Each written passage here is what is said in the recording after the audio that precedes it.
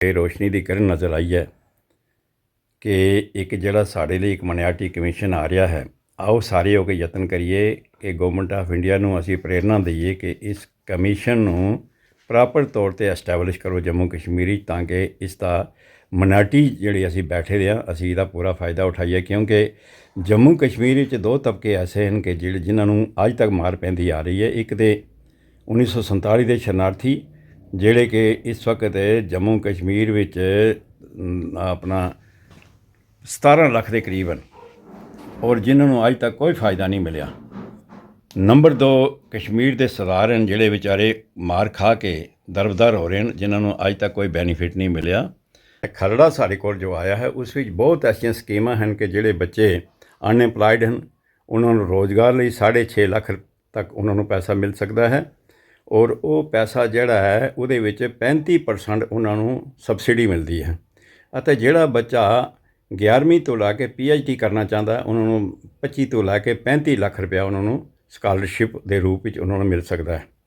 ਔਰ ਉਸ ਤੋਂ ਬਾਅਦ ਜਿਹੜਾ ਕੋਈ ਜਿਹੜੇ ਬੱਚੇ ਮੈਟ੍ਰਿਕ ਸਕਾਲਰਸ਼ਿਪ ਲੈਣਾ ਚਾਹੁੰਦੇ ਹਨ ਉਹਦੇ ਵਾਸਤੇ ਵੀ 2 ਤੋਂ ਲੈ ਕੇ 3 ਲੱਖ ਰੁਪਇਆ ਜਿਹੜੇ ਮੈਟ੍ਰਿਕ ਤੋਂ ਥੱਲੇ ਬੱਚੇ ਨਹੀਂ ਪੜ੍ਹਾਉਣੇ, ਜੇ ਬਾਹਰ ਜ਼ਰੂਰ ਭੇਜਣੇ ਦਾ ਫ਼ਾਇਦਾ ਲੈ ਕੇ ਜਾਓ।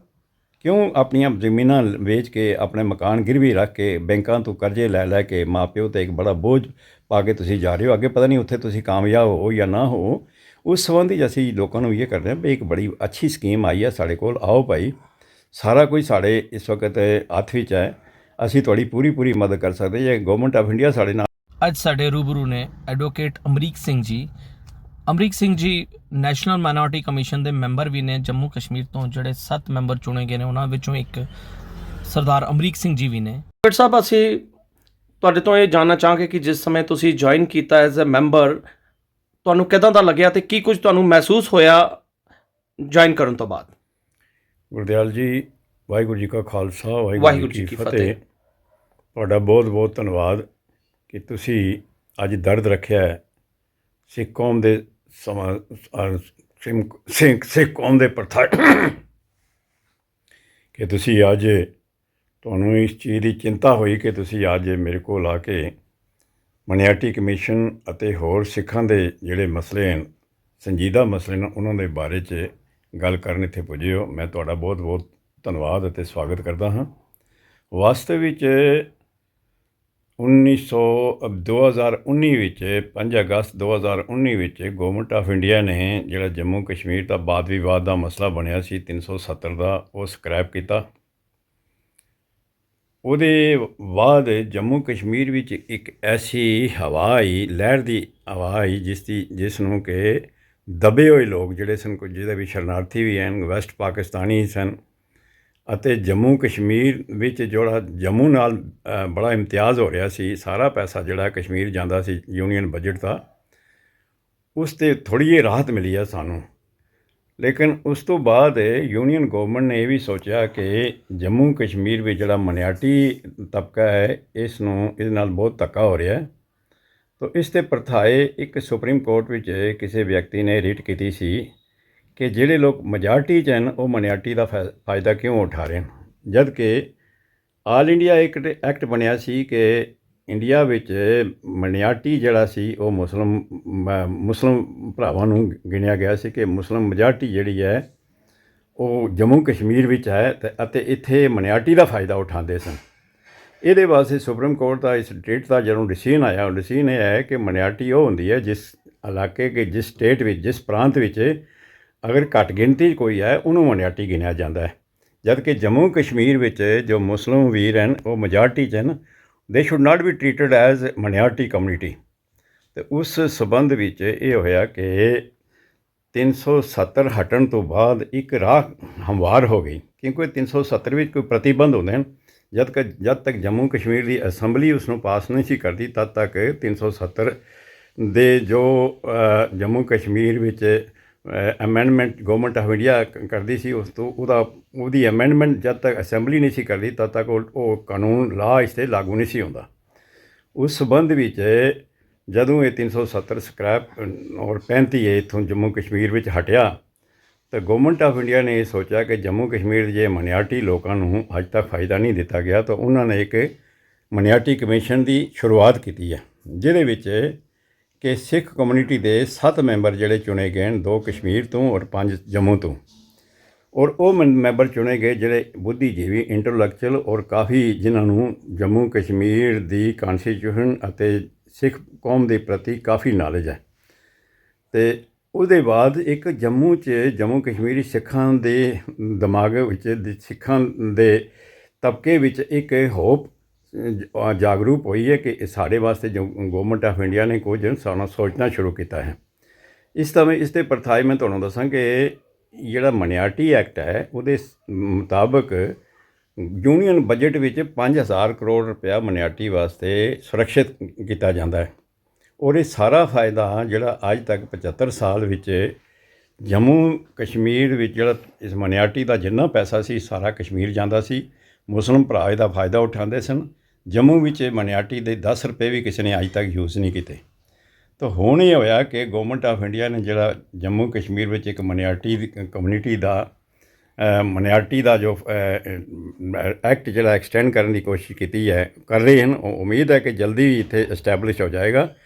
ਉਹ ਅਸੀਂ ਚਾਹੁੰਦੇ ਹਾਂ ਕਿ ਇਸ 'ਤੇ ਅਵੇਅਰਨੈਸ ਆਪਣੇ ਸਿੱਖ ਭਰਾਵਾਂ, ਬੱਚਿਆਂ ਨੂੰ, ਨੌਜਵਾਨਾਂ ਨੂੰ, ਅਨਐਮਪਲਾਇਡ ਨੌਜਵਾਨ ਅਤੇ ਭੈਣਾਂ ਜਿਹੜੀਆਂ ਪਰੇਸ਼ਾਨ ਹਨ ਪੜ੍ਹਾਈ, ਮਤਲਬ ਵਿਦਿਅਕ ਖੇਤਰ ਵਿੱਚ ਉਹ ਲਾਇਕ ਹੁੰਦਿਆਂ ਵੀ ਉਹਨਾਂ ਪਾਸ ਵਸੀਲਾ ਨਹੀਂ ਹੈ, ਸਾਧਨ ਨਹੀਂ ਹੈ ਕਿ ਉਹ ਅੱਗੇ ਪੜ੍ਹ ਸਕਣ ਅਤੇ ਉੱਚ ਕੋਟੀ ਦੀ ਪੜ੍ਹਾਈ ਉਹ ਹਾਸਲ ਕਰ ਸਕਣ।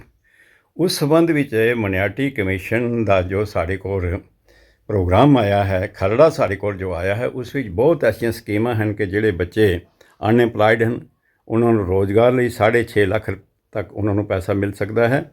ਔਰ ਉਹ ਪੈਸਾ ਜਿਹੜਾ ਹੈ ਉਹਦੇ ਵਿੱਚ 35% ਉਹਨਾਂ ਨੂੰ ਸਬਸਿਡੀ ਮਿਲਦੀ ਹੈ। ਅਤੇ ਜਿਹੜਾ ਬੱਚਾ 11ਵੀਂ ਤੋਂ ਲਾ ਕੇ PhD ਕਰਨਾ ਚਾਹੁੰਦਾ ਉਹਨਾਂ ਨੂੰ 25 ਤੋਂ ਲੈ ਕੇ 35 ਲੱਖ ਰੁਪਇਆ ਉਹਨਾਂ ਨੂੰ ਸਕਾਲਰਸ਼ਿਪ ਦੇ ਰੂਪ ਵਿੱਚ ਉਹਨਾਂ ਨੂੰ ਮਿਲ ਸਕਦਾ ਹੈ। ਔਰ ਉਸ ਤੋਂ ਬਾਅਦ ਜਿਹੜਾ ਕੋਈ ਜਿਹੜੇ ਬੱਚੇ ਮੈਟ੍ਰਿਕ ਸਕਾਲਰਸ਼ਿਪ ਲੈਣਾ ਚਾਹੁੰਦੇ ਹਨ ਉਹਦੇ ਵਾਸਤੇ ਵੀ 2 ਤੋਂ ਲੈ ਕੇ 3 ਲੱਖ ਰੁਪਇਆ ਜਿਹੜੇ ਮੈਟ੍ਰਿਕ ਤੋਂ ਥੱਲੇ ਬੱਚੇ ਹਨ ਉਹਨਾਂ ਨੂੰ ਸਕਾਲਰਸ਼ਿਪ ਮਿਲ ਸਕਦਾ ਹੈ। ਇਹ ਪ੍ਰੋਵੀਜ਼ਨ ਇਸ ਐਕਟ ਵਿੱਚ ਰੱਖਿਆ ਗਿਆ ਹੈ। ਨੰਬਰ 2, ਜਿਹੜੇ ਬੱਚੇ ਪੋਸਟ ਮੈਟ੍ਰਿਕ 12ਵੀਂ ਤੋਂ ਬਾਅਦ ਜਿਹੜਾ ਪੜ੍ਹਨਾ ਚਾਹੁੰਦੇ ਉਹਨਾਂ ਵਾਸਤੇ ਵੀ ਕਾਫੀ, ਜਿਸ ਤਰ੍ਹਾਂ ਮੈਂ ਦੱਸਿਆ ਕਿ 11ਵੀਂ ਤੋਂ ਲੈ ਕੇ PhD ਤੱਕ ਜਿਹੜਾ ਬੱਚਾ ਕਰੇਗਾ ਉਸ ਨੂੰ ਘੱਟ ਤੋਂ ਘੱਟ 20 ਤੋਂ ਲੈ ਕੇ 25 ਔਰ ਜਿਹੜੇ ਕਈ ਬੱਚੇ ਜਿਹੜੇ ਬਾਹਰ ਜਾਣਾ ਚਾਹੁੰਦੇ ਨੇ ਉਹਨਾਂ ਵਾਸਤੇ ਵੀ ਇਹ ਬੜਾ ਵੱਡਾ ਪ੍ਰੋਵੀਜ਼ਨ ਹੈ। ਉਹ ਵੀ 35 ਲੱਖ ਰੁਪਏ ਤੱਕ ਉਹ ਯੂਜ਼ ਕਰ ਸਕਦੇ ਨੇ ਇਸ ਮਨਿਆਟੀ ਕਮਿਸ਼ਨ ਦੇ ਫਾਇਦੇ ਤੋਂ। ਨੰਬਰ 2 ਇਹ ਹੈ ਕਿ ਜਦੋਂ ਵੀ ਤੱਕ ਅਜੇ ਮਨਿਆਟੀ ਕਮਿਸ਼ਨ ਨੂੰ ਜੰਮੂ ਕਸ਼ਮੀਰ ਵਿੱਚ ਸਥਾਪਿਤ ਹੋਏ ਦੇ ਘੱਟ ਤੋਂ ਘੱਟ ਵੀ ਮੇਰਾ ਖਿਆਲ ਹੈ ਕੋਈ 2 ਜਾਂ 2.5 ਮਹੀਨੇ ਹੋਏ ਨੇ। ਇਹਨਾਂ ਦਿਨਾਂ ਵਿੱਚ ਅਸੀਂ ਸਭ ਤੋਂ ਪਹਿਲਾਂ ਇਹ ਕੰਮ ਕੀਤਾ ਕਿ ਜੰਮੂ ਕਸ਼ਮੀਰ ਦੇ ਜਿਹੜੇ LG ਹਨ, ਸ਼੍ਰੀ ਮਨੋਜ ਸਿਨਹਾ ਜੀ ਗਵਰਨਰ, ਇਹਨਾਂ ਨੂੰ ਅਸੀਂ ਡੈਪੂਟੇਸ਼ਨ ਤੌਰ 'ਤੇ ਮਿਲੇ ਹਾਂ। ਸਾਰੇ ਮਨਿਆਟੀ ਕਮਿਸ਼ਨ ਦੇ ਮੈਂਬਰ ਅਸੀਂ ਮਿਲੇ ਹਾਂ। ਸਭ ਤੋਂ ਪਹਿਲਾਂ ਅਸੀਂ ਉਹਨਾਂ ਨੂੰ ਇਹ ਕਿਹਾ ਵੀ ਜੰਮੂ ਕਸ਼ਮੀਰ ਵਿੱਚ ਮਨਿਆਟੀ ਜਿਹੜੀ ਹੈ ਐਕਟ ਜਿਹੜਾ ਹੈ ਇਹ ਸ਼ੁਰੂਆਤ ਹੋਈ ਹੈ ਇਸ ਨੂੰ ਤੁਸੀਂ ਪੂਰੀ ਤੌਰ 'ਤੇ ਐਸਟੈਬਲਿਸ਼ ਕਰੋ। ਗਵਰਨਰ ਜੰਮੂ ਕਸ਼ਮੀਰ ਗੌਰਮੈਂਟ ਦਾ ਫਰਜ਼ ਬਣਦਾ ਹੈ ਕਿ ਇਸ ਐਕਟ ਨੂੰ ਐਸਟੈਬਲਿਸ਼ ਕਰਕੇ ਸਾਡੇ ਵਾਸਤੇ ਇੱਕ ਦਫ਼ਤਰ ਤੁਸੀਂ ਇੱਥੇ ਸਥਾਪਿਤ ਕਰੋ।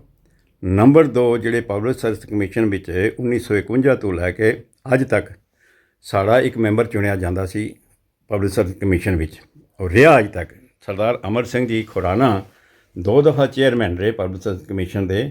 ਇਸੇ ਤਰੀਕੇ ਨਾਲ ਸਰਦਾਰ ਤੇਜਾ ਸਿੰਘ ਜੀ ਰਹੇ। ਔਰ ਅੱਜ ਤੱਕ 1951 ਤੋਂ ਲੈ ਕੇ ਜਿਹੜੀ ਪ੍ਰੈਜ਼ੈਂਟ ਰਜੀਮ ਹੈ ਅੱਜ ਤੱਕ ਸਾਡਾ ਗੌਰਮੈਂਟ ਵਿੱਚ ਪਬਲਿਕ ਸਰਵਿਸ ਕਮਿਸ਼ਨ ਇੱਕ ਸਿੱਖ ਮੈਂਬਰ ਰਿਹਾ।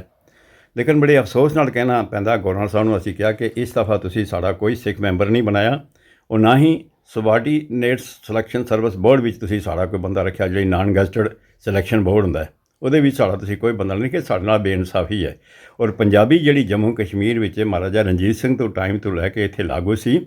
ਔਰ ਸਾਰੇ ਜਿਹੜੇ ਆਪਣੇ ਘਰਾਂ ਵਿੱਚ ਪੰਜਾਬੀ ਬੋਲਦੇ ਨੇ, ਸਾਡੇ ਡੋਗਰੇ ਭਰਾ ਹਨ, ਉਹ ਵੀ ਆਪਣੇ ਘਰ ਵਿੱਚ ਪੰਜਾਬੀ 'ਚ ਹੀ ਗੱਲ ਕਰਦੇ ਹਨ ਆਪਣੀ ਫੈਮਿਲੀ ਨਾਲ।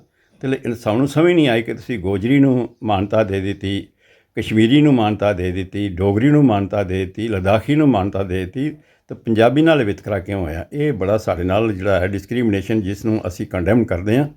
ਤਾਂ ਗਵਰਨਰ ਸਾਹਿਬ ਨੇ ਸਭ ਤੋਂ ਪਹਿਲਾਂ ਕਿਹਾ ਕਿ ਅਸੀਂ ਕੋਈ 3 ਬੰਦੇ ਭੇਜੇ ਤੁਹਾਡੇ ਪਬਲਿਕ ਸਰਵਿਸ ਕਮਿਸ਼ਨ ਵਾਸਤੇ CID ਵੈਰੀਫਿਕੇਸ਼ਨ ਵਾਸਤੇ। ਜਦੋਂ ਤੱਕ ਉਹ ਕਲੀਅਰੈਂਸ ਨਹੀਂ ਹੁੰਦੀ ਤਦ ਤੱਕ ਅਸੀਂ ਵੇਟ ਕਰਦੇ ਹਾਂ। ਜਦੋਂ ਵੀ ਤੁਹਾਡੀ ਕਲੀਅਰੈਂਸ ਆ ਜਾਏਗੀ ਇੱਕ ਮੈਂਬਰ ਤੁਹਾਡਾ ਲਾਂਗੇ।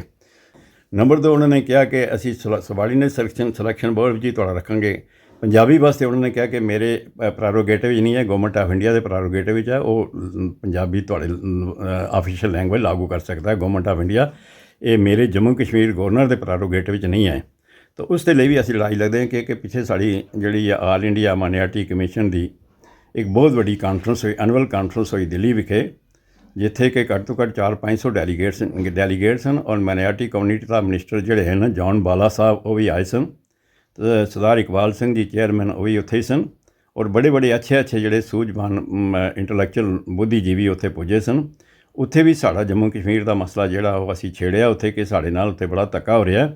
ਤਾਂ ਲਾਲਪੁਰਾ ਸਾਹਿਬ ਨੇ ਸਾਨੂੰ ਆਸ਼ਵਾਸਨ ਦਿੱਤਾ ਕਿ ਤੁਸੀਂ ਜੋ ਵੀ ਹੈ ਮੈਨੂੰ ਲਿਖਤੀ ਰੂਪ ਤੋਂ ਭੇਜੋ ਤਾਂ ਕਿ ਮੈਂ ਗਵਰਨਮੈਂਟ ਆਫ ਇੰਡੀਆ ਨਾਲ ਇਹ ਤੁਹਾਡਾ ਮੈਟਰ ਟੇਕ ਅਪ ਕਰਾਂ। ਅਗਰ ਲੋੜ ਪਈ ਤਾਂ ਮੈਂ ਪ੍ਰਧਾਨ ਮੰਤਰੀ ਨਾਲ ਵੀ ਇਸ ਦੇ ਬਾਰੇ 'ਚ ਗੱਲ ਕਰਾਂਗਾ ਔਰ ਸਕਦਾ ਹੋਮ ਮਿਨਿਸਟਰ ਨਾਲ ਵੀ ਗੱਲ ਕਰਾਂਗਾ। ਜੰਮੂ ਕਸ਼ਮੀਰ ਦੇ ਜਿੰਨੇ ਵੀ ਸੰਜੀਦਾ ਮਸਲੇ ਹਨ ਉਹਨਾਂ ਨੂੰ ਅਸੀਂ ਹੱਲ ਕਰਨ ਦੀ ਕੋਸ਼ਿਸ਼ ਕਰਾਂਗੇ। ਤੋ ਅਸੀਂ ਲਗਾਤਾਰ ਲੱਗੇ ਦੇ ਹਾਂ ਕਿ ਅਸੀਂ ਪਿੰਡ ਜਾ ਰਹੇ ਹਾਂ। 2-3 ਜਗ੍ਹਾ ਪ੍ਰੋਗਰਾਮ ਹੋਏ, ਸਾਡਾ ਅਖਨੂਰ ਪ੍ਰੋਗਰਾਮ ਹੋਇਆ, ਬਹੁਤ ਵੱਡਾ ਪ੍ਰੋਗਰਾਮ ਹੋਇਆ, ਘੱਟ ਤੋਂ ਘੱਟ 300-400 ਖਾਲਸਾ ਉੱਥੇ ਪੁੱਜਿਆ ਦਾ ਸੀ। ਉੱਥੇ ਅਸੀਂ ਉਹਨਾਂ ਲੋਕਾਂ ਨੂੰ ਅਵੇਅਰ ਕਰਨ ਦੀ ਕੋਸ਼ਿਸ਼ ਕੀਤੀ। ਉਹਨਾਂ ਲੋਕਾਂ ਨੇ ਫਾਈਲਾਂ ਵੀ ਤਿਆਰ ਕਰ ਲਈਆਂ, ਆਪਣੇ ਕੇਸ ਜਿਹੜੇ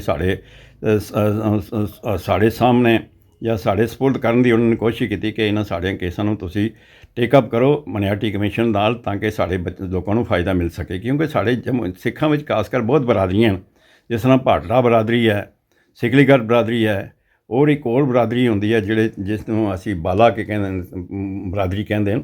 ਉਹਨਾਂ ਨਾਲ ਬਹੁਤ ਧੱਕਾ ਹੋਇਆ ਹੈ। ਔਰ ਖਾਸ ਕਰ ਜੰਮੂ ਕਸ਼ਮੀਰ ਜਿਹੜੇ 1947 ਦੇ ਜਾਂ ਕਸ਼ਮੀਰ ਦੇ ਜਿਹੜੇ ਵਿਸਥਾਪਿਤ ਸਿੱਖ ਆਏ ਜੰਮੂ ਵਿੱਚ ਵਿਚਾਰੇ ਦਰਬਦਰ ਹੋ ਰਹੇ ਨੇ, ਉਹਨਾਂ ਨਾਲ ਬਹੁਤ ਧੱਕਾ ਹੋ ਰਿਹਾ, ਜਦ ਕਿ ਕਸ਼ਮੀਰੀ ਪੰਡਤਾਂ ਨੂੰ ਪੂਰਾ ਹੱਕ ਮਿਲੀ ਜਾ ਰਿਹਾ ਹੈ ਔਰ ਜੋ ਉਹਨਾਂ ਨੂੰ ਬੈਨੀਫਿਟ ਮਿਲਦਾ ਉਹ ਸਾਨੂੰ ਸਿੱਖਾਂ ਨੂੰ ਨਹੀਂ ਮਿਲ ਰਿਹਾ। ਇਸ ਦੇ ਬਾਰੇ ਸਾਨੂੰ ਬੜਾ ਸੰਜੀਦਾ ਹੋ ਕੇ ਅਸੀਂ ਗਵਰਨਮੈਂਟ ਆਫ ਇੰਡੀਆ ਨਾਲ ਮੈਟਰ ਟੇਕ ਅਪ ਕਰ ਰਹੇ। ਇਹਦੇ ਵਾਸਤੇ ਮੈਂ ਗੁਰਦਿਆਲ ਜੀ ਤੁਹਾਨੂੰ ਇੱਕ ਗੱਲ ਦੱਸਣਾ ਚਾਹੁੰਦਾ ਕਿ ਇਹ ਚੀਜ਼ਾਂ ਤਾਂ ਹੀ ਪੂਰੀਆਂ ਹੁੰਦੀਆਂ ਨੇ ਜੇ ਪਬਲਿਕ ਸਾਡੇ ਨਾਲ, ਬਰਾਦਰੀ ਸਿੱਖ ਭਾਈਚਾਰਾ ਸਾਡੇ ਨਾਲ ਪੂਰਾ ਸਹਿਯੋਗ ਦੇਗੀ। ਅਤੇ ਉਹ ਸਾਡੇ ਨਾਲ ਅਗਰ ਹੈ ਤਾਂ ਅਸੀਂ ਕੋਸ਼ਿਸ਼ ਕਰਾਂਗੇ ਜਿੰਨਾ ਵੀ ਸਾਡੇ ਕੋਲ ਹੋ ਸਕਿਆ, ਸਾਡਾ ਜਿੰਨਾ ਵੀ ਟੈਨਰ ਹੋਏਗਾ ਉਸ ਟੈਨਰ ਵਿੱਚ ਅਸੀਂ ਕੋਈ ਕਸਰ ਨਹੀਂ ਛੱਡਾਂਗੇ। ਆਪਣੀ ਬਰਾਦਰੀ ਭਾਈਚਾਰਾ ਸਿੱਖ ਕੌਮ ਦਾ ਜੋ ਮਾਈਨੋਰਿਟੀ 'ਚ ਅਸੀਂ ਬੈਠੇ ਹਾਂ ਜੰਮੂ ਕਸ਼ਮੀਰ ਇੱਕ ਮਾਈਕਰੋਸਕੋਪਿਕ ਕਮਿਊਨਿਟੀ ਹੈ ਸਾਡੀ, ਅਸੀਂ ਉਸ ਦੀਆਂ ਜਿੰਨੀਆਂ ਵੀ ਜਾਇਜ਼ ਮੰਗਾਂ ਹਨ ਉਸ ਨੂੰ ਹੱਲ ਕਰਨ ਲਈ ਪੂਰਾ ਪ੍ਰਯਤਨਸ਼ੀਲ ਹੋਵਾਂਗੇ ਤਾਂ ਕਿ ਜ਼ਿੰਦਗੀ ਵਿੱਚ ਉਹ ਬੰਦਾ ਜਿਹੜਾ ਕਾਮਯਾਬ ਹੁੰਦਾ, ਜਿਹੜਾ ਦੁਨੀਆ ਵਿੱਚ ਜਨਮ ਲੈਂਦਾ ਉਹ ਕੁਝ ਕੌਮ ਬਰਾਦਰੀ ਭਾਈਚਾਰੇ ਦੇਸ਼ ਲਈ ਕਰਕੇ ਜਾਏ। ਤਾਂ ਸਾਡਾ ਇਹ ਕੋਸ਼ਿਸ਼ ਹੈ ਕਿ ਅਸੀਂ ਜਿਤਨੇ ਵੀ ਮੈਂਬਰ ਚੁਣੇ ਗਏ ਹਾਂ ਮਾਈਨੋਰਿਟੀ ਕਮਿਸ਼ਨ ਵਿੱਚ ਬੜੇ ਸੂਝਵਾਨ ਬੰਦੇ ਨੇ ਸਾਰਿਆਂ ਦੀ ਇਹ ਕੋਸ਼ਿਸ਼ ਹੈ ਕਿ ਜਿੰਨਾ ਜਲਦੀ ਹੋ ਸਕੇ ਅਸੀਂ ਆਪਣੇ ਕੌਮ ਲਈ ਕੁਝ ਕਰਕੇ ਅਤੇ ਆਪਣੇ ਆਪ ਨੂੰ ਫਖਰ ਮਹਿਸੂਸ ਕਰੀਏ ਕਿ ਅਸੀਂ ਮਾਈਨੋਰਿਟੀ ਕਮਿਸ਼ਨ ਵਿੱਚ ਆ ਕੇ ਬਰਾਦਰੀ ਭਾਈਚਾਰੇ ਸਿੱਖ ਕੌਮ ਦਾ ਕੁਝ ਕਰਕੇ ਗਏ ਹਾਂ। Thank you very much. Advocate ਸਾਹਿਬ, ਜਿਸ ਤਰ੍ਹਾਂ ਕਿ ਤੁਸੀਂ ਬੱਚਿਆਂ ਦੀ ਪੜ੍ਹਾਈ ਦੇ ਬਾਰੇ 'ਚ ਗੱਲ ਕੀਤੀ ਕਿ ਉਹਨਾਂ ਨੂੰ ਲੋਨ ਵਗੈਰਾ ਦਿੱਤਾ ਜਾ ਸਕਦਾ, ਅਤੇ ਸਭ ਤੋਂ ਪਹਿਲੇ ਇਹ ਦੱਸੋ ਕਿ ਉਹਨਾਂ ਨੇ ਅਗਰ ਇਹਦੇ ਵਾਸਤੇ ਅਪਲਾਈ ਕਰਨਾ ਹੈ ਕਿਸ ਨੂੰ ਮਿਲਣ, ਕਿੱਥੇ ਮਿਲਣ? ਜਿਸ ਤਰ੍ਹਾਂ ਕਿ ਤੁਸੀਂ ਦੱਸਿਆ ਕਿ ਜੇ ਤੁਸੀਂ ਆਫਿਸ ਵਾਸਤੇ ਡਿਮਾਂਡ ਰੱਖੀ ਕਿ ਆਫਿਸ ਹੋਣਾ ਚਾਹੀਦਾ ਜੇ ਤੇ ਹੈ ਨਹੀਂ ਹੈ, ਅਤੇ ਫਿਲਹਾਲ ਉਹ ਕਿਸ ਤਰ੍ਹਾਂ ਅਤੇ ਕਿਹਨੂੰ ਕੰਟੈਕਟ ਕਰਨ? ਉਹਦੇ ਲਈ ਗੁਰਦਿਆਲ ਜੀ ਮੈਂ ਇਹੋ ਕਹਿਣਾ ਚਾਹਾਂਗਾ, ਜਿਹੜਾ ਸਾਡੇ ਕੋਲ ਖਰੜਾ ਆਇਆ, ਬੁੱਕਲੈਟ ਆਈ ਹੈ, ਉਹਦੇ ਵਿੱਚ ਐਪ ਹਨ। ਮਤਲਬ ਸਪੋਜ਼ ਕਰੋ ਅਨਐਮਪਲਾਇਡ ਵਾਸਤੇ ਜਿਸ ਨੇ 6.5 ਲੱਖ ਉਹਦੀ ਐਪ ਅਲੱਗ ਹੈ, ਉਹਦੀ ਵੈਬਸਾਈਟ ਅਲੱਗ ਹੈ। ਉਹ ਉੱਥੇ ਉਸ ਐਪ 'ਤੇ ਜਾਣਗੇ, ਉਹਨਾਂ ਨੂੰ ਫਾਰਮ ਮਿਲ ਜਾਏਗਾ। ਉੱਥੇ ਉਸ ਫਾਰਮ ਵਿੱਚ ਉਹ ਸਾਰੀ ਡਿਟੇਲ ਹੀ ਹੋਏਗੀ ਕਿ ਫਾਰਮ ਭਰ ਕੇ ਤੁਸੀਂ ਕਿੱਥੇ ਭੇਜਣਾ ਹੈ, ਕਿੱਥੇ ਅਪਲਾਈ ਕਰਨਾ ਹੈ ਔਰ ਕਿਹੜੀਆਂ ਫਾਰਮੈਲਿਟੀਆਂ ਤੁਸੀਂ ਉਸ ਫਾਰਮ ਨਾਲ ਐਨਕਲੋਜ਼ ਕਰਨੀਆਂ ਤਾਂ ਕਿ ਜਲਦੀ ਤੋਂ ਜਲਦੀ ਤੁਹਾਡਾ ਕੰਮ ਹੋ ਸਕੇ। ਹੁਣ ਕੋਈ ਵਿਅਕਤੀਗਤ ਤੌਰ 'ਤੇ ਪਰਸਨਲ ਤੌਰ 'ਤੇ ਆ ਕੇ ਜਾਂ ਕੋਈ ਫਿਜ਼ੀਕਲੀ ਆ ਕੇ ਮਿਲਣਾ ਚਾਹੁੰਦਾ ਕਿ ਬਈ ਅਸੀਂ ਬੈਠ ਕੇ ਕੋਈ ਡਿਸਕਸ਼ਨ, ਕੋਈ ਚੀਜ਼ ਨਹੀਂ ਸਮਝ ਆਉਂਦੀ ਉਹਨਾਂ ਨੂੰ, ਅਤੇ ਉਹ ਕਿਸ ਨੂੰ ਮਿਲਣ? ਉਹਦੇ ਵਾਸਤੇ ਉਸ ਦੇ ਲਈ ਸਾਡੇ ਜਿੰਨੇ ਵੀ 7 ਮੈਂਬਰ ਹਨ ਕਿਸੇ ਨੂੰ ਮਿਲ ਸਕਦੇ ਨੇ। ਅਸੀਂ ਉਹਨਾਂ ਦਾ ਪੂਰਾ ਤਾਵਨ ਦੇ ਕੇ ਉਹਨਾਂ ਦਾ ਜਿਤਨਾ ਵੀ ਇਹ ਪ੍ਰੋਗਰਾਮ ਹੋਏਗਾ, ਜਿਹੜਾ ਜਿਸ ਕੈਟਾਗਰੀ 'ਚ ਉਹ ਆਪਣਾ ਲੋਨ ਜਾਂ ਸਕਾਲਰਸ਼ਿਪ ਲੈਣਾ ਚਾਹੁੰਦੇ, ਅਸੀਂ ਉਹਨਾਂ ਦੀ ਪੂਰੀ ਸਹਾਇਤਾ ਕਰਾਂਗੇ ਜਦ ਤੱਕ ਸਾਡਾ ਆਫਿਸ ਐਸਟੈਬਲਿਸ਼ ਹੁੰਦਾ। ਅਤੇ ਤੁਹਾਨੂੰ ਨਹੀਂ ਲੱਗਦਾ ਕਿ ਜਿਹੜੇ ਤੁਹਾਡੇ 7 ਮੈਂਬਰ ਉਹਨਾਂ ਨੂੰ ਅਨਾਊਂਸ ਕਰ ਦੇਣਾ ਚਾਹੀਦਾ, ਕੋਈ ਟਾਈਮ ਰੱਖਣਾ ਚਾਹੀਦਾ, ਕਿੰਨੇ ਵਜੇ ਤੋਂ ਕਿੰਨੇ ਵਜੇ ਆਪਣੇ ਘਰ ਦਾ ਹੀ ਭਾਵੇਂ ਉਹ ਆਫਿਸ ਰੱਖਣ ਜਾਂ ਕਿਤੇ ਕਿਸੇ ਦਾ ਆਫਿਸ ਯੂਜ਼ ਕਰਨ, ਕਿ ਕੁਝ ਸਮਾਂ ਦੇ ਕੇ ਆਪਣਾ ਕਿ ਅਸੀਂ ਹਫ਼ਤੇ ਵਿੱਚ 1 ਵਾਰੀ ਜਾਂ 2 ਵਾਰੀ ਇੱਥੇ ਇੰਨੇ ਵਜੇ ਤੋਂ ਇੰਨੇ ਵਜੇ ਬੈਠਾਂਗੇ ਤਾਂ ਕਿ ਜਿਹੜੇ ਬੱਚੇ ਨੇ ਜਿਨ੍ਹਾਂ ਨੇ ਆ ਕੇ ਕੁਝ ਵੀ ਉਹਨਾਂ ਕੋਲੋਂ ਪੁੱਛਗਿੱਛ ਕਰਨੀ ਹੈ ਤੇ ਆ ਸਕਣ? ਕਿ ਇਸ ਤਰ੍ਹਾਂ ਦਾ ਕੋਈ ਕਦਮ ਨਹੀਂ ਚੁੱਕਣਾ ਚਾਹੀਦਾ? ਇਸ ਤਰ੍ਹਾਂ ਹੈ ਗੁਰਦਿਆਲ ਜੀ ਕਿ ਜਦ ਤੱਕ ਸਾਨੂੰ ਆਫਿਸ ਮਿਲਦਾ, ਸਾਡਾ ਆਫਿਸ ਐਸਟੈਬਲਿਸ਼ ਹੁੰਦਾ, ਉਹਦੇ ਬਾਰੇ ਅਸੀਂ ਗੁਰਦੁਆਰਾ ਬਾਬਾ ਫਤਿਹ ਸਿੰਘ ਜੀ ਦਾ ਜਿਹੜਾ ਆਫਿਸ ਹੈ ਉਹ ਯੂਜ਼ ਕਰਦੇ ਹਾਂ। ਕਿਉਂਕਿ ਕੋਈ ਟਾਈਮਿੰਗ ਤੁਹਾਡੀ ਉੱਥੇ ਦੀ ਜਿਹੜੇ ਪ੍ਰਧਾਨ ਹਨ ਉਹ ਵੀ ਸਾਡੇ ਨਾਲ ਪੂਰਾ ਸਹਿਯੋਗ ਦੇ ਰਹੇ ਨੇ, ਉਹ ਵੀ ਸਾਡੇ ਮੈਂਬਰ ਨੇ। ਉਹਨਾਂ ਨੇ ਕਿਹਾ ਕਿ ਜਦ ਤੱਕ ਸਾਨੂੰ ਆਫਿਸ ਗੌਰਮੈਂਟ ਦੀ ਤਰਫੋਂ ਆਫਿਸ ਮਿਲਦਾ ਤਦ ਤੱਕ ਤੁਸੀਂ ਇਹ ਆਫਿਸ ਸਾਡਾ ਯੂਜ਼ ਕਰ ਸਕਦੇ ਹੋ। ਤਾਂ ਉੱਥੇ ਅਸੀਂ ਇਹ ਕੰਮ ਰੱਖਿਆ ਹੈ ਕਿ ਹਫ਼ਤੇ 'ਚ ਅਸੀਂ 2 ਦਫਾ ਮੀਟਿੰਗਾਂ ਰੱਖਦੇ ਹਾਂ। ਕਦੋਂ ਕਿਹੜਾ ਦਿਨ ਇੱਕ ਸੰਡੇ ਨੂੰ ਤੇ ਇੱਕ ਫਰਾਈਡੇ ਨੂੰ। ਟਾਈਮਿੰਗ ਕੀ ਹੈ? ਟਾਈਮਿੰਗ 11 ਤੋਂ ਲੈ ਕੇ ਤੇ 1 ਵਜੇ ਤੱਕ। 11 ਤੋਂ 1 ਵਜੇ ਤੱਕ ਉੱਥੇ ਫਰਾਈਡੇ ਔਰ ਸੰਡੇ ਦੇ ਦਿਨ ਬੈਠਦੇ ਹਾਂ। ਕੋਈ ਵੀ ਆ ਸਕਦਾ ਤੁਹਾਡੇ ਕੋਲ ਉੱਥੇ। ਅਗਰ ਨਹੀਂ ਹੈ ਤਾਂ ਸਾਡੀ ਉੱਥੇ ਉਹਨਾਂ ਕੋਲ ਨੰਬਰ ਵੀ ਹਨ, ਸਾਨੂੰ ਟੈਲੀਫੋਨ ਕਰਕੇ ਵੀ ਬੁਲਾ ਸਕਦੇ ਨੇ। ਅਸੀਂ ਇੱਥੇ ਦਫ਼ਤਰ ਆਏ ਦੇ ਹਾਂ ਜਾਂ ਅਸੀਂ ਤੁਹਾਡੇ ਕੋਲ ਆਉਣਾ ਚਾਹੁੰਦੇ ਹਾਂ, ਅਸੀਂ ਉਹਨਾਂ ਦੀ ਪੂਰੀ ਸਹਾਇਤਾ ਕਰਾਂਗੇ। ਤੇ ਕੀ ਕਸ਼ਮੀਰ ਵਿੱਚ ਵੀ ਇਸ ਤਰ੍ਹਾਂ ਦਾ ਕੋਈ ਪ੍ਰਾਵਧਾਨ ਹੈ? ਉੱਥੇ ਵੀ ਕੋਈ ਟਾਈਮਿੰਗ ਰੱਖੀ ਦੀ ਹੈ? ਸਾਡੇ ਸਾਹਿਬ ਪਰਮਜੀਤ ਸਿੰਘ ਜੀ ਹਨ ਜੋ ਡਿਸਟ੍ਰਿਕਟ ਗੁਰਦੁਆਰਾ ਪ੍ਰਬੰਧਕ ਕਮੇਟੀ ਬਾਰਾਮੂਲਾ ਦੇ ਪ੍ਰਧਾਨ ਹੈ। ਉਹ ਉੱਥੇ ਪੂਰਾ ਉਹ ਲੱਗੇ ਦੇ ਵੀ ਹਨ। ਉਹਨਾਂ ਨੇ ਕਾਫੀ ਕੇਸ ਜਿਹੜੇ ਨੇ ਇਸ ਵਕਤ ਪੁੱਟ ਅਪ ਕੀਤੇ ਨੇ ਔਰ ਉਹ ਉਹਨਾਂ ਨੂੰ ਇਨੀਸ਼ੀਏਟ ਕੀਤਾ। ਹੋ ਸਕਦਾ ਜਲਦੀ ਤੋਂ ਜਲਦੀ ਉਹਨਾਂ ਕੇਸਾਂ ਦਾ ਵੀ ਕੋਈ ਜਲਦੀ ਹੱਲ ਨਿਕਲੇ ਔਰ ਉਹਨਾਂ ਲੋਕਾਂ ਨੂੰ ਬੈਨੀਫਿਟ ਮਿਲੇ। ਦੂਸਰਾ ਅਸੀਂ ਸਾਨੂੰ ਇਹ ਦੱਸੋ ਕਿ ਹੁਣ ਜਿਸ ਤਰ੍ਹਾਂ 12ਵੀਂ ਦੇ ਪੇਪਰ ਹੋਏ ਨੇ, ਬੱਚਿਆਂ ਦੇ ਕਈ ਮਾਤਾ ਪਿਤਾ ਨੇ ਉਹ ਦੇਖ ਰਹੇ ਨੇ ਕਿ ਮਾਈਨੋਰਟੀਜ਼ ਦੇ ਕਾਲਜਿਸ ਨੇ ਇੰਡੀਆ ਦੇ ਅੰਦਰ, ਕਾਫੀ ਪੰਜਾਬ ਦੇ ਅੰਦਰ ਨੇ, ਉਹ ਉਧਰ ਆਪਣੇ ਬੱਚਿਆਂ ਦੀ ਵੀ ਐਡਮਿਸ਼ਨ ਦਾ ਸੋਚ ਰਹੇ ਨੇ।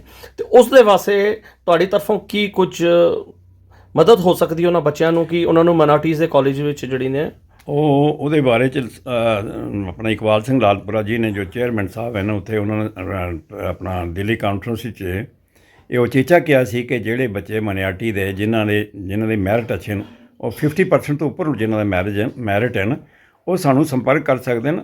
ਡਿਫਰੈਂਟ ਕਾਲਜਸ ਦੇ ਅਸੀਂ ਉਹਨਾਂ ਨੂੰ ਨੰਬਰ ਦਿਆਂਗੇ, ਉੱਥੇ ਕਾਲਜਾਂ ਦੇ ਐਡਰੈਸ ਦਿਆਂਗੇ, ਉਹਨਾਂ ਨੂੰ ਕਾਲਜ 'ਤੇ ਅਸੀਂ ਵੈਬਸਾਈਟ ਦਿਆਂਗੇ ਤਾਂ ਕਿ ਉਹਨਾਂ ਕਾਲਜ ਨੇ ਅਪਲਾਈ ਕਰਕੇ ਸਾਡੇ ਨਾਲ ਸੰਪਰਕ ਰੱਖਣ ਕਿ ਮੈਂ ਫਲਾਣੇ ਕਾਲਜ ਵਿੱਚ ਮੈਂ ਅਪਲਾਈ ਕੀਤਾ ਤਾਂ ਤੁਸੀਂ ਸਾਡਾ ਸਹਿਯੋਗ ਕਰਾ। ਅਸੀਂ ਪੂਰਾ ਕੋਸ਼ਿਸ਼ ਕਰਕੇ ਉਹਨੂੰ ਕਰਾਂਗੇ। ਮਾਈਨੋਰਟੀ ਦਾ ਅਸੀਂ ਹਰ ਪੱਧਰ 'ਤੇ ਕੋਸ਼ਿਸ਼ ਕਰਾਂਗੇ ਸਾਡਾ ਬੱਚਾ ਕੋਈ ਵਾਂਝਾ ਨਾ ਰਹਿ ਸਕੇ, ਅਨਪੜ੍ਹ ਨਾ ਰਹਿ ਸਕੇ। ਸਾਡਾ ਬੱਚਾ ਜਿਹੜਾ ਇੰਜੀਨੀਅਰ, ਡਾਕਟਰ, ਮੈਂ ਤੁਹਾਨੂੰ ਬੜੀ ਖੁਸ਼ਖਬਰੀ ਦੱਸਾਂਗੇ।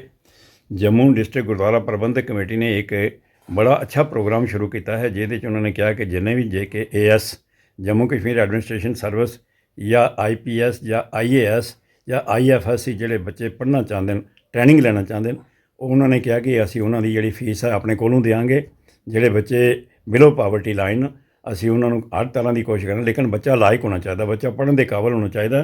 ਤਾਂ ਡਿਸਟ੍ਰਿਕਟ ਗੁਰਦੁਆਰਾ ਪ੍ਰਬੰਧਕ ਕਮੇਟੀ ਨੇ ਕਿਹਾ ਕਿ ਉਹਦੇ ਵਿੱਚ ਸਾਡੇ ਕੁਝ ਮੈਂਬਰਾਂ ਨੇ ਕਿਹਾ ਕਿ ਅਸੀਂ ਵੀ ਤੁਹਾਡਾ ਪੂਰਾ ਸਹਿਯੋਗ ਦੇਵਾਂਗੇ ਇਸ ਮਸਲੇ ਵਿੱਚ। ਇਹ ਇੱਕ ਬੜਾ ਕੌਮੀ ਮਸਲਾ ਹੈ ਔਰ ਇੱਕ ਬੜਾ ਸ਼ਲਾਘਾਯੋਗ ਮਸਲਾ ਹੈ ਜਿਸ ਨੂੰ ਕਿ ਅਸੀਂ ਸਾਰੇ ਮਿਲ ਕੇ ਇਸ ਨੂੰ ਸਿਰੇ ਚਾੜਨ ਦੀ ਕੋਸ਼ਿਸ਼ ਕਰੀਏ ਔਰ ਕੋਸ਼ਿਸ਼ ਕਰੀਏ ਕਿ ਸਾਡੇ ਬੱਚੇ ਜਿਹੜੇ ਹਨ ਉਹ ਐਡਮਿਨਿਸਟ੍ਰੇਸ਼ਨ ਸਰਵਿਸਿਜ਼ ਵਿੱਚ ਆ ਕੇ ਕੌਮ ਔਰ ਦੇਸ਼ ਦਾ ਨਾਂ ਰੋਸ਼ਨ ਕਰਨ।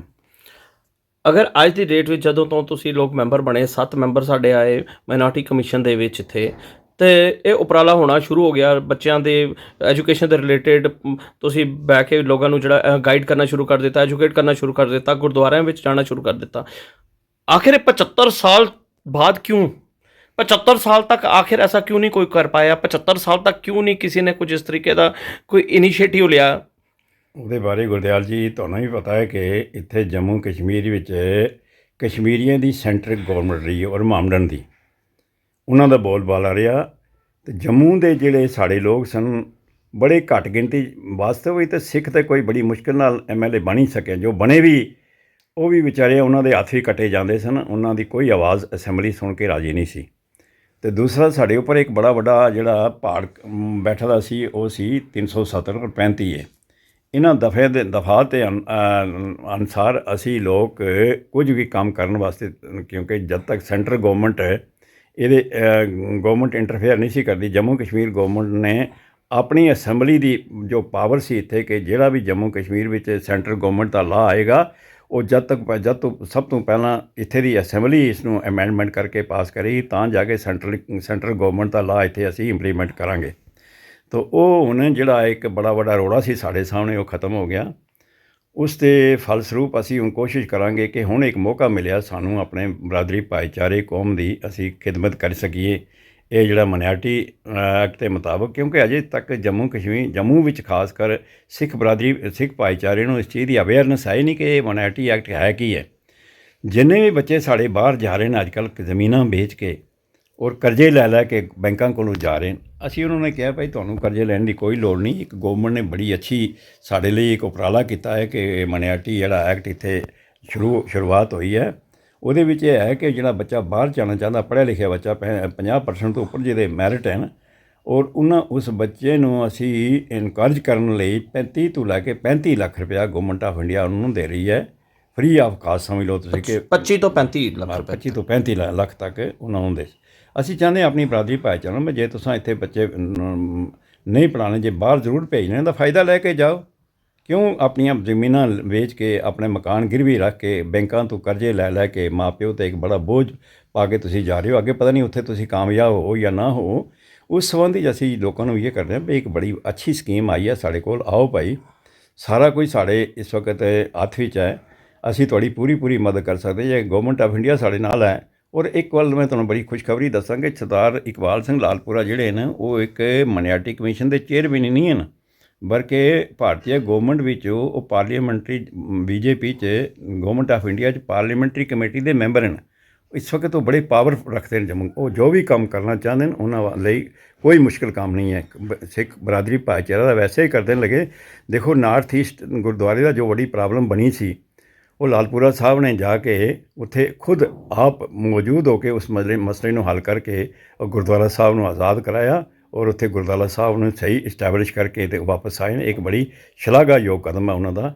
ਇਸੇ ਤਰੀਕੇ ਨਾਲ ਜਿਹੜਾ ਪੰਜਾਬ ਵਿੱਚ ਬੇਅਦਬੀ ਹੋਈ ਹੈ, ਉੱਥੇ ਲਾਲਪੁਰਾ ਸਾਹਿਬ ਆਪ ਪੁੱਜੇ ਔਰ ਉੱਥੇ ਬੈਠ ਕੇ ਉਹਨਾਂ ਨੇ ਸਾਰੇ ਇਸ ਮਸਲੇ ਨੂੰ ਗੰਭੀਰਤਾ ਨਾਲ ਲੈ ਕੇ ਔਰ ਉਸ ਮਸਲੇ ਨੂੰ ਗਵਰਨਮੈਂਟ ਆਫ ਇੰਡੀਆ ਨਾਲ ਟੇਕ ਓਵਰ ਕਰਨ ਦੀ ਕੋਸ਼ਿਸ਼ ਕੀਤੀ ਕਿ ਜਿਹੜੀ ਸਿੱਖਾਂ ਨਾਲ ਜਿਹੜੀਆਂ ਇਹ ਸਾਜ਼ਿਸ਼ਾਂ ਰਚੀ ਜਾ ਰਹੀਆਂ ਉਸ ਦਾ ਅਸੀਂ ਕਿਸ ਢੰਗ ਨਾਲ ਮੁਕਾਬਲਾ ਕਰਨਾ ਹੈ, ਅਸੀਂ ਜਾਗਰੂਕ ਹੋਣਾ ਹੈ। ਔਰ ਕੁਝ ਐਸੀਆਂ ਤਾਕਤਾਂ ਹਨ ਜਿਹੜੀ ਦੇਸ਼ ਵਿਰੋਧੀ ਤਾਕਤਾਂ ਹਨ, ਪੰਥ ਵਿਰੋਧੀ ਤਾਕਤਾਂ ਹਨ, ਉਹਨਾਂ ਦਾ ਮੁਕਾਬਲਾ ਕਰਨ ਲਈ ਲਾਲਪੁਰਾ ਸਾਹਿਬ ਨੇ ਇੱਕ ਬੜਾ ਮਾਸ ਕ੍ਰੈਸ਼ ਪ੍ਰੋਗਰਾਮ ਬਣਾਇਆ ਹੈ, ਜਿਸ ਨੂੰ ਵੀ ਅਸੀਂ ਸਾਰੇ ਉਹਨਾਂ ਦੀ ਸਪੋਰਟ ਕਰਦੇ ਹਾਂ ਔਰ ਇਹ ਇੱਕ ਬੜਾ ਸ਼ਲਾਘਾਯੋਗ ਕਦਮ ਹੈ ਉਹਨਾਂ ਦਾ। ਵਿੱਚ ਤੁਸੀਂ ਸਾਡੇ ਸਿੱਖ ਕਮਿਊਨਿਟੀ ਨੂੰ ਐਜ਼ ਅ ਮੈਂਬਰ ਮਾਈਨॉरिटी ਕਮਿਸ਼ਨ ਕੀ ਕਹਿਣਾ ਚਾਹੋਗੇ? ਦੇਖੋ ਜੀ ਗੁਰਦਿਆਲ ਜੀ, ਇੱਕ ਮੈਂ ਜਿਸ ਤਰ੍ਹਾਂ ਪਹਿਲਾਂ ਤੁਹਾਨੂੰ ਕਿਹਾ ਕਿ ਇੱਕ ਬੜੇ ਸਾਨੂੰ ਇੱਕ ਰੋਸ਼ਨੀ ਦੀ ਕਿਰਨ ਨਜ਼ਰ ਆਈ ਹੈ ਕਿ ਇੱਕ ਜਿਹੜਾ ਸਾਡੇ ਲਈ ਇੱਕ ਮਾਈਨॉरिटी ਕਮਿਸ਼ਨ ਆ ਰਿਹਾ ਹੈ। ਆਓ ਸਾਰੇ ਹੋ ਕੇ ਯਤਨ ਕਰੀਏ ਕਿ ਗਵਰਨਮੈਂਟ ਆਫ ਇੰਡੀਆ ਨੂੰ ਅਸੀਂ ਪ੍ਰੇਰਨਾ ਦਈਏ ਕਿ ਇਸ ਕਮਿਸ਼ਨ ਨੂੰ ਪ੍ਰੋਪਰ ਤੌਰ 'ਤੇ ਐਸਟੈਬਲਿਸ਼ ਕਰੋ ਜੰਮੂ ਕਸ਼ਮੀਰ, ਤਾਂ ਕਿ ਇਸ ਦਾ ਮਾਈਨॉरिटी ਜਿਹੜੀ ਅਸੀਂ ਬੈਠੇ ਦੇ ਹਾਂ ਅਸੀਂ ਇਹਦਾ ਪੂਰਾ ਫਾਇਦਾ ਉਠਾਈਏ। ਕਿਉਂਕਿ ਜੰਮੂ ਕਸ਼ਮੀਰ ਵਿੱਚ ਦੋ ਤਬਕੇ ਐਸੇ ਹਨ ਕਿ ਜਿਨ੍ਹਾਂ ਨੂੰ ਅੱਜ ਤੱਕ ਮਾਰ ਪੈਂਦੀ ਆ ਰਹੀ ਹੈ। ਇੱਕ ਤੇ 1947 ਦੇ ਸ਼ਰਨਾਰਥੀ ਜਿਹੜੇ ਕਿ ਇਸ ਵਕਤ ਜੰਮੂ ਕਸ਼ਮੀਰ ਵਿੱਚ ਆਪਣਾ 17 ਲੱਖ ਦੇ ਕਰੀਬ ਹਨ ਔਰ ਜਿਨ੍ਹਾਂ ਨੂੰ ਅੱਜ ਤੱਕ ਕੋਈ ਫਾਇਦਾ ਨਹੀਂ ਮਿਲਿਆ। ਨੰਬਰ 2 ਕਸ਼ਮੀਰ ਦੇ ਸਰਦਾਰ ਹਨ ਜਿਹੜੇ ਵਿਚਾਰੇ ਮਾਰ ਖਾ ਕੇ ਦਰਬਦਰ ਹੋ ਰਹੇ ਹਨ, ਜਿਨ੍ਹਾਂ ਨੂੰ ਅੱਜ ਤੱਕ ਕੋਈ ਬੈਨੀਫਿਟ ਨਹੀਂ ਮਿਲਿਆ। ਤਾਂ ਅਸੀਂ ਚਾਹੁੰਦੇ ਹਾਂ ਕਿ ਇਹ ਜੋ ਦੋ ਸਾਡੇ ਫਿਰਕੇ ਹਨ ਕਸ਼ਮੀਰ ਔਰ ਜੰਮੂ ਦੇ, ਜਿਹੜੇ ਵਿਸ਼ੇਸ਼ ਤੌਰ 'ਤੇ ਸਿੱਖ ਭਾਈਚਾਰਾ ਹੈ ਜਿਨ੍ਹਾਂ ਨਾਲ ਧੱਕਾ ਹੋਇਆ, ਅਸੀਂ ਚਾਹੁੰਦੇ ਹਾਂ ਕਿ ਇਸ ਦਾ ਗਵਰਨਮੈਂਟ ਆਫ ਇੰਡੀਆ ਨੂੰ ਅਸੀਂ ਜਾਗਰੂਕ ਕਰੀਏ ਕਿ ਸਾਡੇ ਨਾਲ ਜੋ ਧੱਕਾ ਹੋਇਆ, ਸਾਨੂੰ ਪ੍ਰੋਪਰ ਜਿਹੜਾ ਹੈ ਇਸ ਦਾ ਹੱਕ ਨਹੀਂ ਮਿਲਿਆ।